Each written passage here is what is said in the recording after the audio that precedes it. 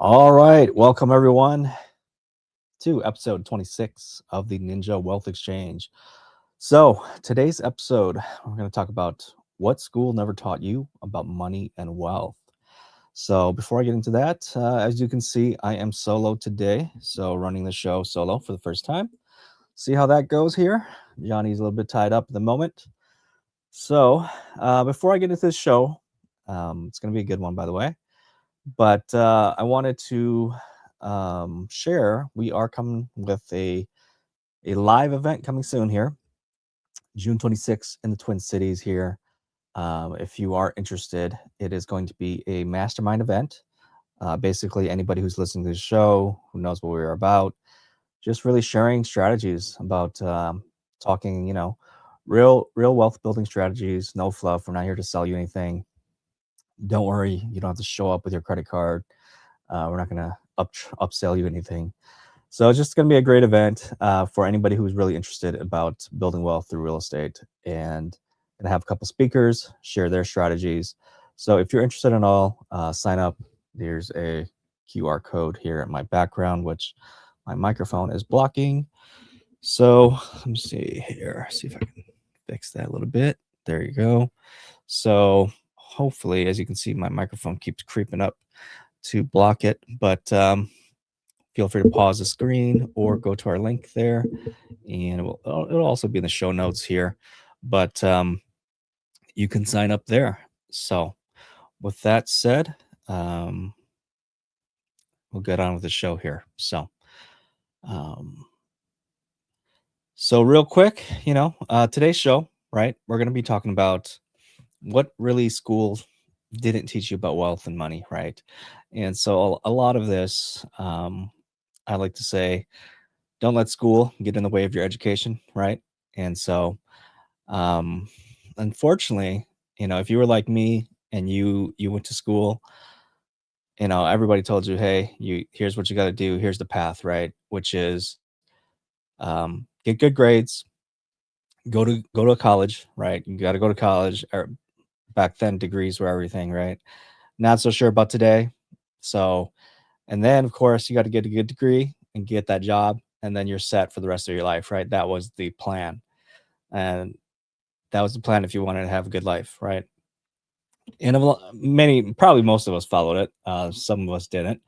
But, when you get into the workforce, the real world, right, you become an adult, you find out real quick that things are a lot different than that simple plan, right? So, something they don't teach you, right? Maybe sometime along the way, when you were trying to pick what job you wanted to do, right, back in high school, I'm sure you guys probably might have had that experience where you're sitting in school in class one day, the guidance counselor comes in and asks the whole class, or maybe one-on-one, hey, what do you want to do with your life, right?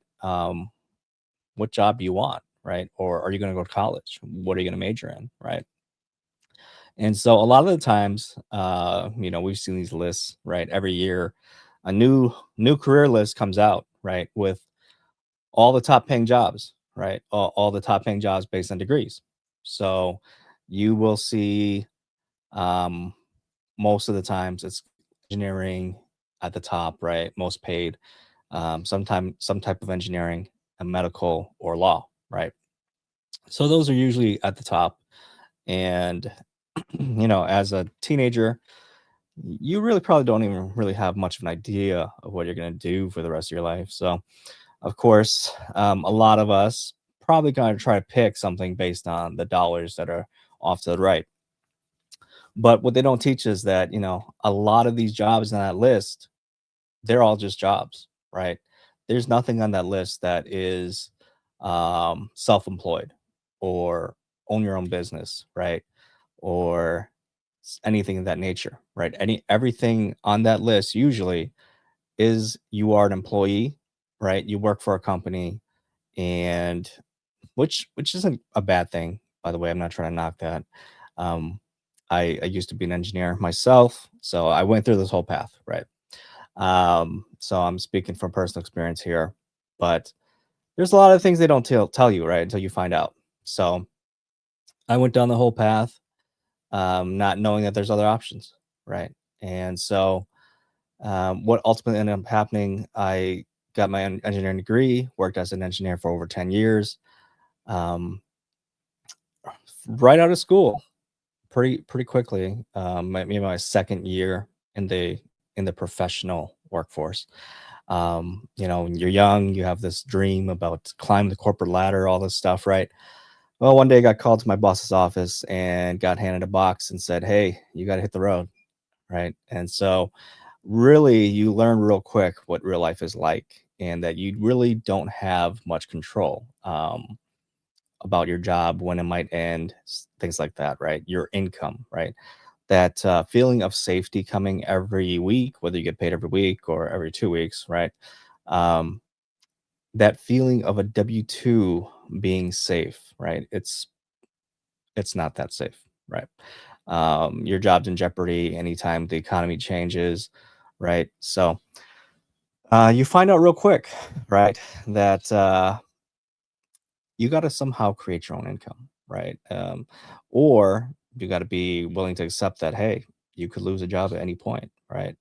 So, along with being in the workforce, my time there, I mean, had big goals to climb the corporate ladder, right? Go from entry level engineer to mid level management, all that stuff. But even that stuff, it's very bureaucratic, right? There's a whole thing about, hey, favoritism, right? You kind of figure out that the game's kind of rigged, right? So, and of course, every year you get your 2 to 3% raise if you're lucky, right? And if you're really good at what you do, maybe 5%, 10%, something like that, right? But at the end of the day, you are really just a number, especially a lot of these mega corporations, right? So, it is very challenging sometimes that the W-2 kind of gives you a feeling of like, yeah, it's secure, but it's almost like it's a false sense of security, really. The golden handcuffs, right? You get to a certain level of income, right? And you may not want to leave that, right? Especially if you've been through what some similar story that I've been through, right? Where you have the opportunity to start your own business and you decide to take things in your own control. I mean, that's kind of the next step, right? Is the risk, right? Like, hey, do I really want to leave this comfy, cushy W-2 job where I get a check every 2 weeks to go do something that I may not see a check for the next month, maybe 2, 3, 6 months, a year, possibly, right? So it is very risky to, of course, start your own business, be self-employed, and all that stuff. But that is the reality of things, and it's all on perspective, right? So something you can think of is that, yeah, it is definitely risky, right, to start your own business, but at the same time, the upside is amazing, right? Like, if it does happen to um, work out, right, your business, whatever you're doing, right?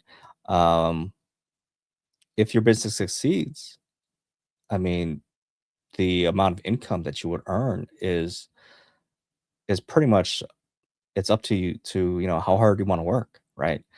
Um, a lot of like I mentioned, a lot of people, you don't realize that as a W-2 employee, you are just trading your time for money, right? And your time is finite, right? Most people are working 40 hours, right? Now, you can only get paid so much a year because there's only so much time that you're going to be at work, right? Even if you do overtime, right? There's only so much time, right? And so something that you don't realize when you go the self-employed route, right? Whether you're going to open up a retail shop, a restaurant, or even be like us, like a real estate agent, right? In sales. And that's something that, a lot of people don't even have never thought of that they would be in sales, just like me. How does an introvert engineer, get from that to become a real estate sales agent, right? It's quite a long process. Could talk to you about that one on one, but yeah, it's quite the jump when you realize it, and there is a lot of things that we don't know, right? Growing up, going to school, they don't teach you that, oh, by the way, when you become a W 2 employee, you're going to be in the highest type of taxed income, right? Meaning that if you don't understand this concept, tax now versus tax later, right? So as you understand, if you're in the U.S. or whatever country you're in, the minute you're born, you're assigned a partnership number, right? That's your social security number. And so any income that you produce in your lifetime, you're going to get taxed on it, right? Your silent partner, Uncle Sam, is going to take some of your profits, correct? So you're going to lose it to things like, social security, um, what is it, FICA, right? All those things that show up in your pay stub, right? So when you get paid, I mean, the government's already taking their money. They're already taking their cut, right? So you're getting taxed now, right? And then that same whatever's left over, you get, and then you go and buy other things that you're going to get taxed on too, right? Your sales tax and all that stuff. So fantastic, right? So you're getting taxed up front. So something that I didn't realize until I started to get into the self-employed space, right? As a real estate agent, you earn commission, right? So um, we we don't get taxed until after. So when we get paid, right, we get our full commission, right, minus our company, our broker split, whatever, right. So minus all that, we do get our full check, right. And so the government doesn't tax us yet. So the way it's set up, the tax system set up, the government says, okay, we understand that it takes money to make money, right, and you are running your own business, right. Um, so what we're going to let you do, we're going to let you keep all your income right now, and you can go spend that money on things like your cell phone bill, your internet bill, your CRM, your marketing efforts, right? Whatever you need to generate income for your business, that's a legit business expense. We'll let you have all of your income to do that right now at this point, and we'll collect taxes later on your net profit, right? So after you deduct all your expenses, which is something that is, probably pretty foreign to a W 2 employee, right?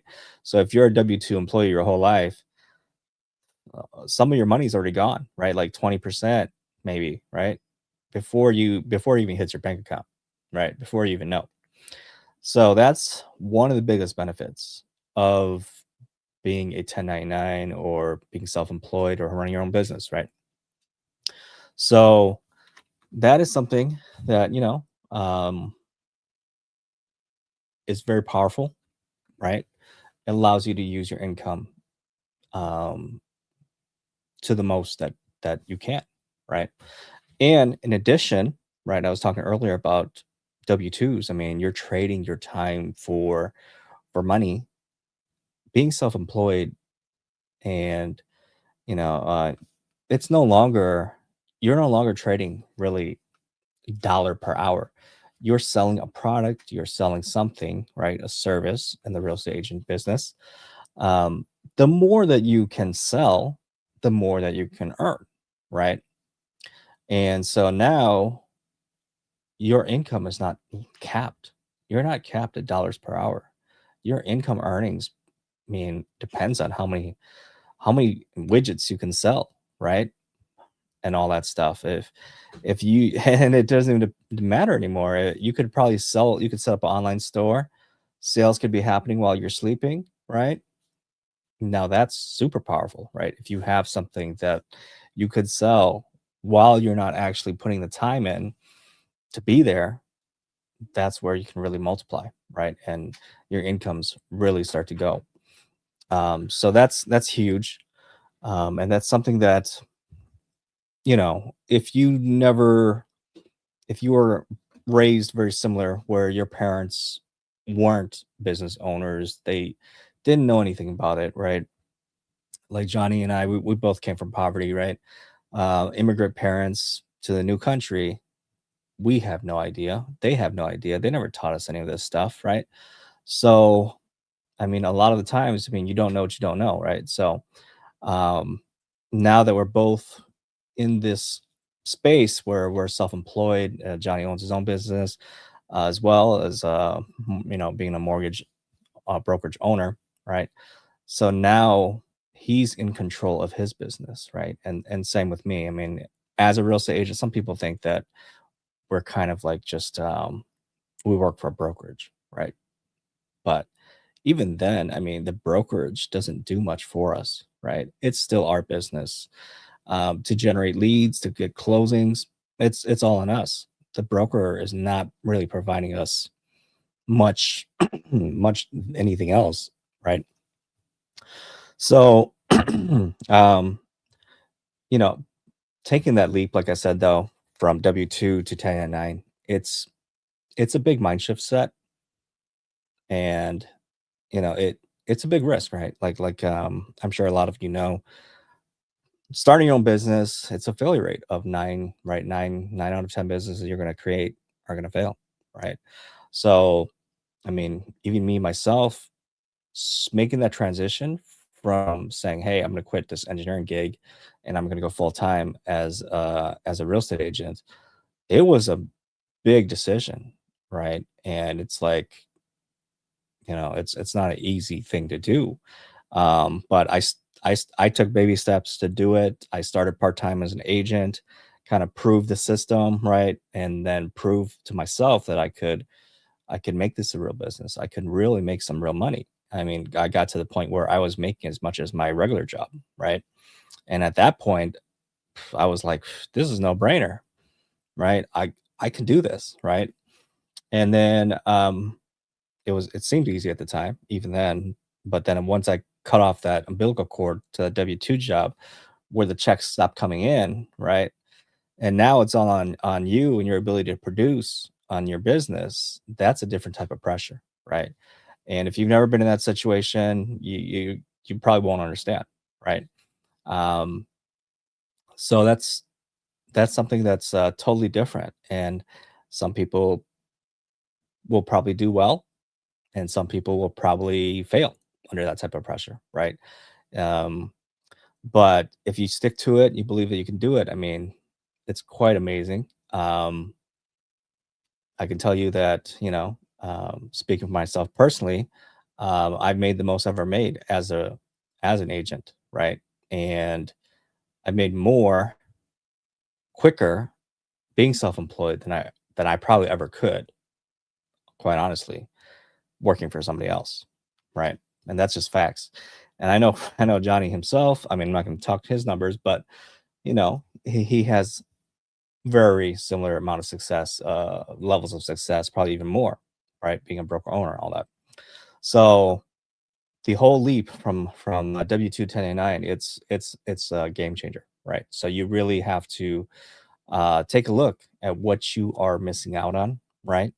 And sometimes, I mean, it really comes down to, you already know what the path is laid out in front of you as a W-2 employee. You know what that looks like. And if you're not willing to take the risk on yourself to bet on your business, right?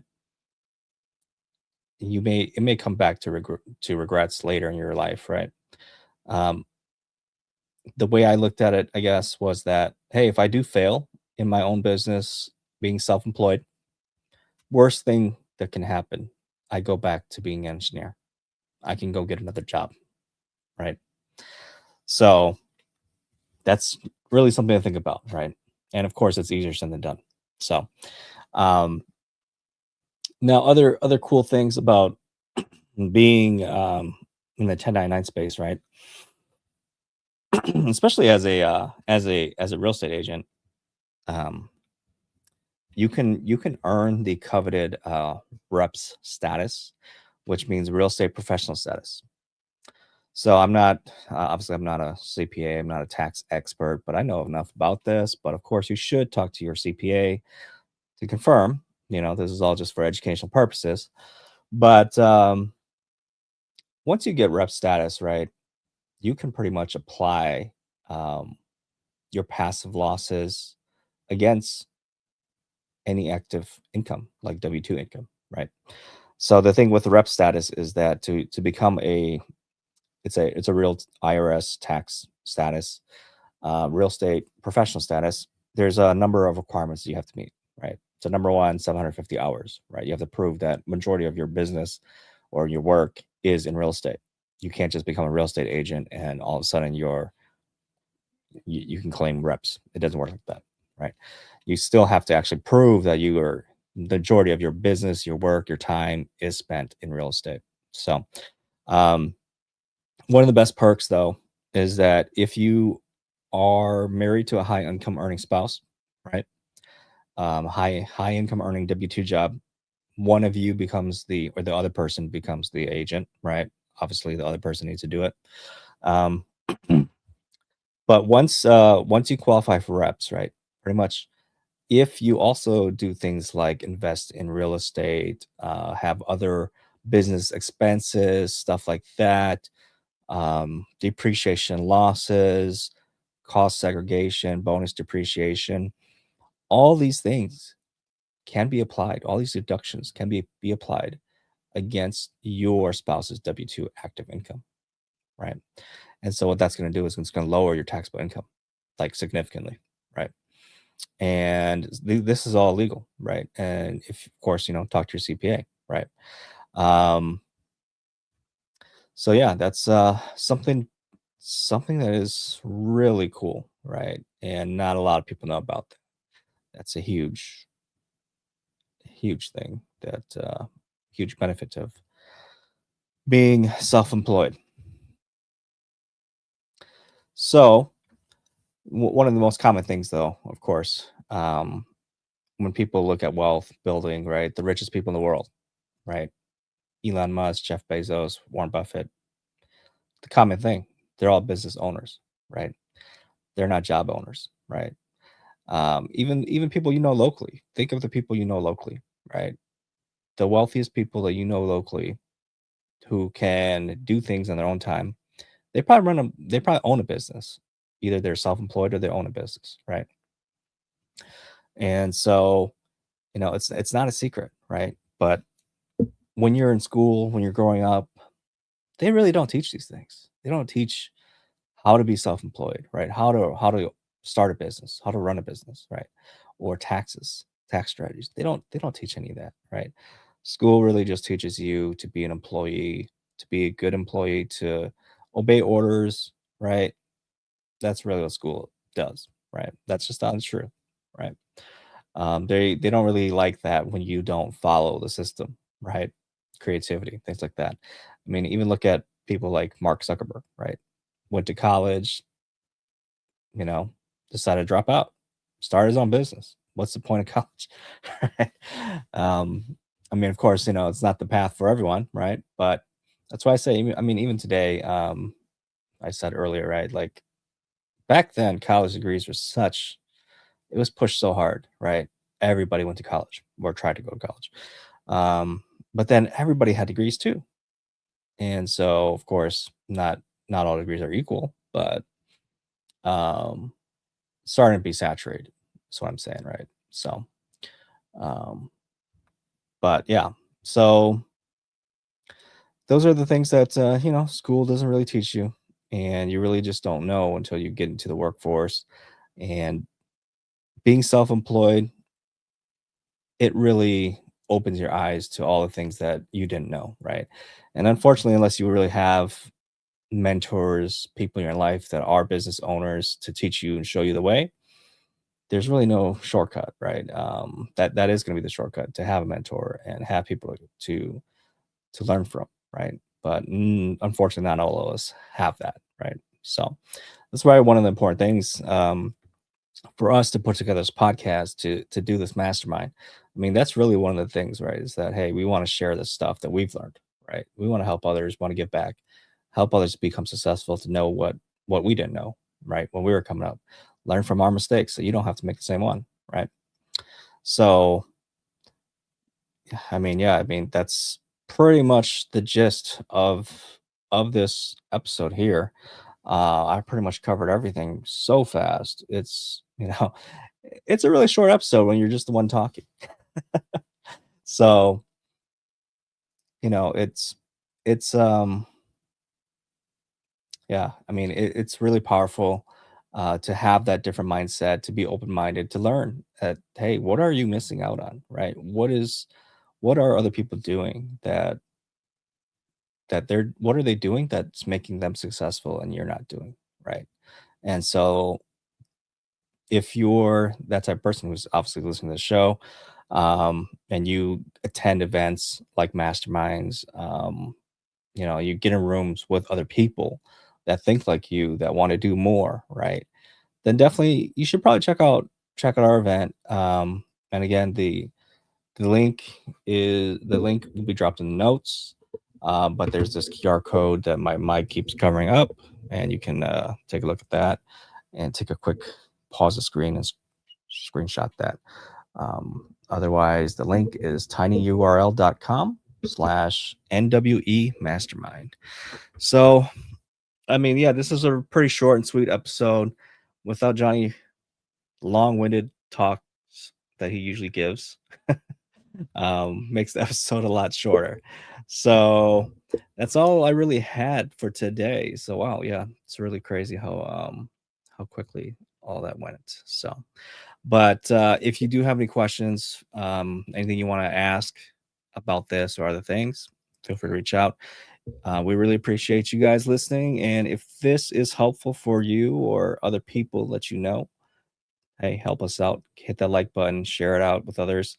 We will definitely catch you in the next episode here. So thank you so much for tuning in. Have a great one.